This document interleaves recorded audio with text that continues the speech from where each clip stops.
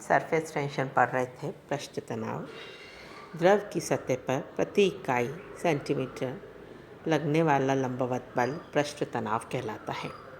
अब हम आज देखेंगे कि इस पृष्ठ तनाव को किन किन मेथड से नाप सकते हैं। हम आज कैपिलरी राइज मेथड के बारे में पढ़ेंगे। हम पढ़ रहे थे measurement of surface tension. Surface tension को हम दो मेथड से नाप सकते हैं, कैपिलरी हाइट मेथड केशनली विधि और दूसरा ड्रॉप वेट मेथड बिंदु भार विधि। कैपिलरी हाइट मेथड हम आज पढ़ेंगे। उससे पहले हम कैपिलरी से रिलेटेड 2-3 इम्पोर्टेंट फैक्टर्स को डिस्कस करेंगे। Capillary means a tube. जब भी हम एक ट्यूब को किसी भी लिक्विड में डिप करते हैं तो आप लोगों ने देखा होगा कि लिक्विड उस ट्यूब में राइज हो जाता है। फिर हम दो बात यहाँ डिस्कस कर रहे हैं कि अगर कैपिलरी हमारे पास दो तरीके की है, एक पतली वाली कैपिलरी, एक चौड़ी वाली कैपिलरी। ये हमारा जनरल ऑब्जर्वेशन है। कम रेडियस वाली कैपिलरी में वाटर ज़्यादा हाइट तक चढ़ता है और ज़्यादा रेडियस वाली कैपिलरी में वाटर कम हाइट तक चढ़ता है। ठीक है, जब भी हम किसी कैपिलरी को वाटर में डिप करते हैं तो वाटर उसमें ऊपर चढ़ जाता है।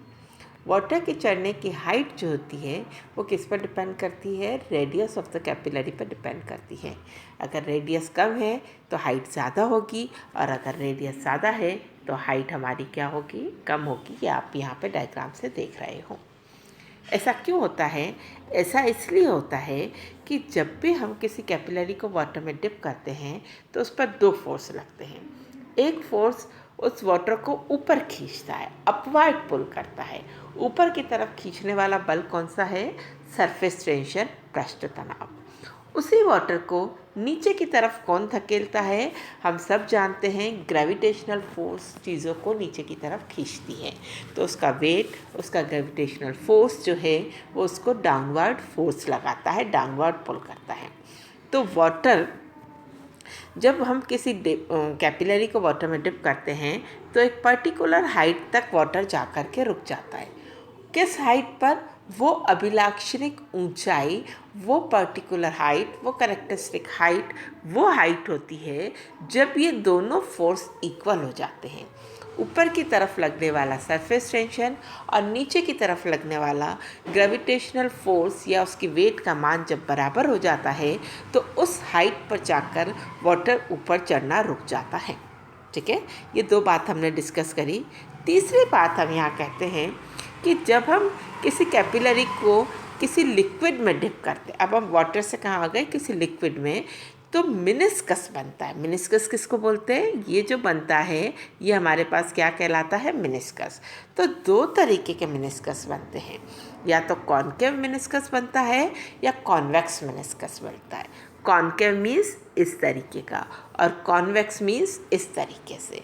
तो दो तरीके का मिनिस्कस बनता है। मिनिस्कस किस तरीके का बनता है ये किस पर डिपेंड करता है? ये नेचर ऑफ लिक्विड पर डिपेंड करता है।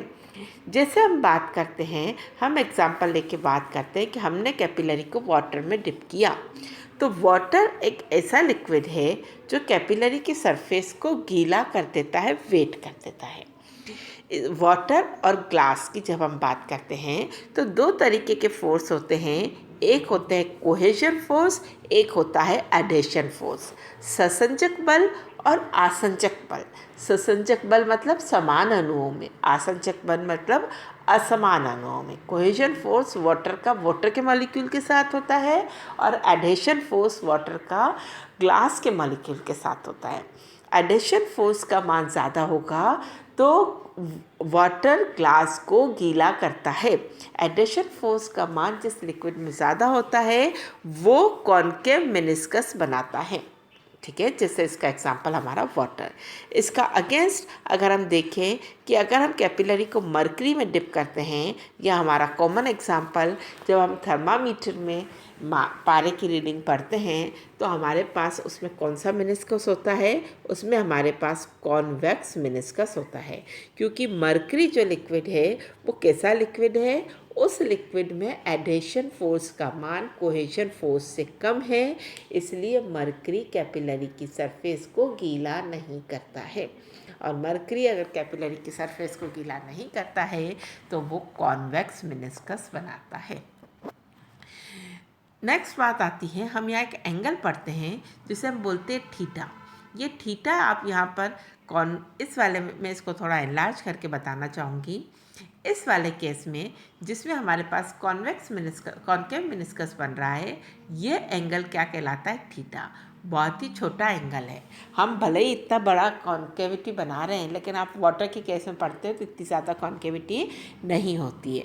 जितनी कम कॉन्केविटी होती है उतना ही कम थीटा का मान होता है। तो कॉन्केव मेनिस्कस में थीटा का मान बहुत ही कम होता है, लेस देन 90 है तो दिख ही रहा, वो भी बहुत कम होता है।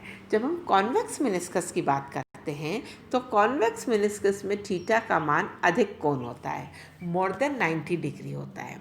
तो दोनों में ये डिफरेंस है। क्या डिफरेंस हमने देखा depending on the nature of liquid, cohesion and adhesion force के रिलेशन के बेस पर दो तरीके के लिक्विड होते हैं। जो ग्लास की सरफेस को गीला करते हैं वो कॉनकेव मेनिस्कस बनाते हैं, और जो कॉनकेव मेनिस्कस बनाते हैं वो ग्लांसिंग एंगल लेस देन 90 होता है। दूसरी बात आती कॉन्वेक्स मेनिस्कस। ठीक है, तो कॉन्वेक्स मेनिस्कस वो लिक्विड बनाते हैं जिसमें कोहेजन फोर्स का मान ज़्यादा होता है, वो कैपिलरी की सरफेस को गीला नहीं करता है और कैपिलरी की सरफेस को वेट नहीं करेगा, तो उसके अंदर कॉन्वेक्स मेनिस्कस बनेगा और थीटा का मान ग्रेटर देन 90 डिग्री होगा। हम पहला मेथड पढ़ रहे थे capillary rise method. Capillary method में आप यहाँ क्या देख रहे हो, हमने एक ट्रफ लिया है, उसमें पानी भरा है और उसमें हमने कैपिलरी डिप कर दी है। कैपिलरी की इस हाइट h तक उसमें वाटर राइज हुआ है। कैपिलरी की रेडियस क्या है? कैपिलरी की हाइट है जहाँ तक वाटर राइज हुआ है h है, कैपिलरी की रेडियस r है। तो यहाँ पे मेनिस्कस कौन सा बन रहा है? कॉनकेव मेनिस्कस बन रहा है। कॉन्टैक्ट एंगल को हमने थीटा से लिखा है। अब मैं यहाँ ये बताना चाहूँगी कि यहाँ जो सरफेस टेंशन लग रहा है वो सरफेस टेंशन ये गामा लग रहा है। ठीक है, इस सरफेस टेंशन के दो कंपोनेंट है, एक हॉरिजॉन्टल कंपोनेंट है, एक वर्टिकल कंपोनेंट है। हॉरिजॉन्टल कंपोनेंट क्या कहलाता है? Gamma sine theta. Surface tension को हम गामा से लिखते हैं, तो हॉरिजॉन्टल कंपोनेंट कहलाता है गामा साइन थीटा और वर्टिकल कंपोनेंट कहलाता है गामा कोस थीटा। ठीक है, तो ऊपर की तरफ कौन खींचेगा? तो हमने यहाँ लिखा कि दो कंपोनेंट है, गामा साइन थीटा और गामा कोस थीटा। वाटर को ऊपर की तरफ पुल करता है सरफेस टेंशन, ये अभी हमने कहा।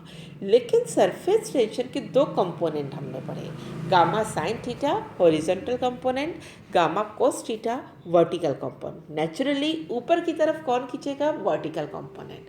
Horizontal component does not play any role in upward movement. ठीक है, तो ऊपर की तरफ खींचने के लिए कौन रेस्पॉन्सिबल है? इसका वर्टिकल कंपोनेंट। हमने क्या कहा? उस हाइट पर जाकर के वाटर का चढ़ना रुक जाता है जब ऊपर की तरफ लगने वाला सरफेस टेंशन और नीचे की तरफ लगने वाला वेट का मान बराबर हो जाता है। तो हमने क्या लिखा? F1 = F2। सरफेस टेंशन और वेट जब बराबर हो जाता है तब उस हाइट पर जाकर वाटर का राइज होना रुक जाता है। हम पहले सरफेस टेंशन की बात देखते हैं। सरफेस टेंशन F1 किसके बराबर है? कैपिलरी का सरकमफ्रेंस। ठीक है, कैपिलरी का सरकमफ्रेंस क्या हो गया? 2πr into surface tension. कौन सा कंपोनेंट आएगा? Only vertical component. तो हमने लिखा गामा कोस थीटा। ठीक है, तो 2πr गामा कोस थीटा किसके बराबर हुआ? हमारा F के बराबर हुआ। अब हम F2 के बारे में बात करते हैं, जो हमारा वेट है। वेट का क्या फॉर्मूला होता है? W = mg, mass into gravitational force.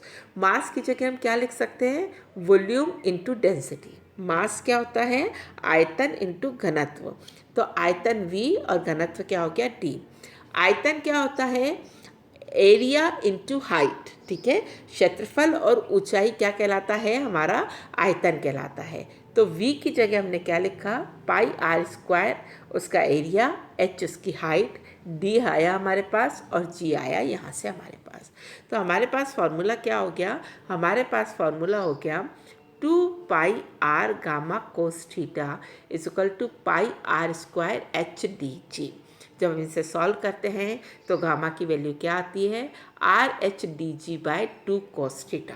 ठीक है, हम यहाँ एक एजम्पशन मानते हैं, थीटा का मान नियरली इक्वल टू 0 है, तो cos 0 इज इक्वल टू 1, तो 2 cos थीटा क्या हो गया 2, तो हमारे पास इक्वेशन क्या हो गई, हमारे पास इक्वेशन हो गई R gamma is equal to RH/2। तो सरफेस टेंशन का मान कैपिलरी राइज मेथड से जब हम निकालते हैं तो हमारे पास फॉर्मूला क्या आया, गामा सरफेस टेंशन पृष्ठ तनाव is equal to RH/2। Are क्या है, कैपिलरी की त्रिज्या, एच क्या है, ऊंचाई जहाँ तक द्रव चढ़ा, डी क्या है, द्रव का घनत्व, जी क्या है, ग्रेविटेशनल फोर्स। इस मेथड को हम एब्सोल्यूट मेथड कहते हैं। इस मेथड में हम एक ही लिक्विड यूज़ करते हैं और उसी लिक्विड का सरफेस टेंशन निकालते हैं, इसलिए ये एब्सोल्यूट मेथड कहलाता है। हम यहीं तक लिखेंगे, लेकिन दो इसमें करेक्शन होते हैं। दो करेक्शन क्या होता है वो मैं यहाँ समझाती हूँ आपको। हम ये कैपिलरी देख रहे हैं, हम कॉन्केव मेनिस्कस में लोअर एंड पढ़ते हैं। ठीक है बच्चों, कॉन्केव मेनिस्कस में कौन सा एंड पढ़ा जाता है, लोअर एंड पढ़ा जाता है, और कॉन्वेक्स में अपर एंड पढ़ा जाता है। जब हम कॉन्केव मेनिस्कस पढ़ते हैं लोअर एंड, तो कुछ लिक्विड इस जगह पर, तो आप क्या देख रहे हो, कुछ लिक्विड इस जगह पर, कुछ लिक्विड इस जगह पर और कुछ लिक्विड इस जगह पर उसके नीचे की तरफ बचा रहता है। तो हम ये मानते हैं कि रेडियस के 3 पार्ट है, एक पार्ट नीचे है, एक पार्ट इधर है और एक पार्ट इधर है। तो हमने उसका करेक्शन किया, जो दोनों तरफ लिक्विड आया उसको भी हाइट में इंक्लूड करना पड़ेगा। तो हम उस करेक्शन को क्या कहते हैं, h की जगह हम क्या लिखते हैं, H+R/3 करके हम उसका करेक्शन ले लेते हैं। दूसरा करेक्शन यहाँ हम लेते हैं कि इस मेनिस्कस के ऊपर उस लिक्विड की वेपर है, इस मेनिस्कस के नीचे उस लिक्विड उसका लिक्विड है। वैसे तो हम मानते हैं D vapour very very much less होता है, इसलिए हम खाली डी लिक्विड ही मानते हैं, लेकिन एग्जैक्ट कैलकुलेशन के लिए हम अगेन करेक्शन काम में लाएंगे, D liquid minus D vapour. तो इससे हमारे पास ये कैलकुलेशन हो जाती है, और हमारा फार्मूला जो था gamma is equal to RH/2, ये कुछ हद तक हम इसको लिख सकते हैं R/2, H की जगह हम क्या लिख सकते हैं, H+R/3, D की जगह हम क्या लिखेंगे, D liquid minus D vapour और G। तो ये हमारा एब्सोल्यूट मेथड था जिससे हमने सरफेस टेंशन का मेजरमेंट किया।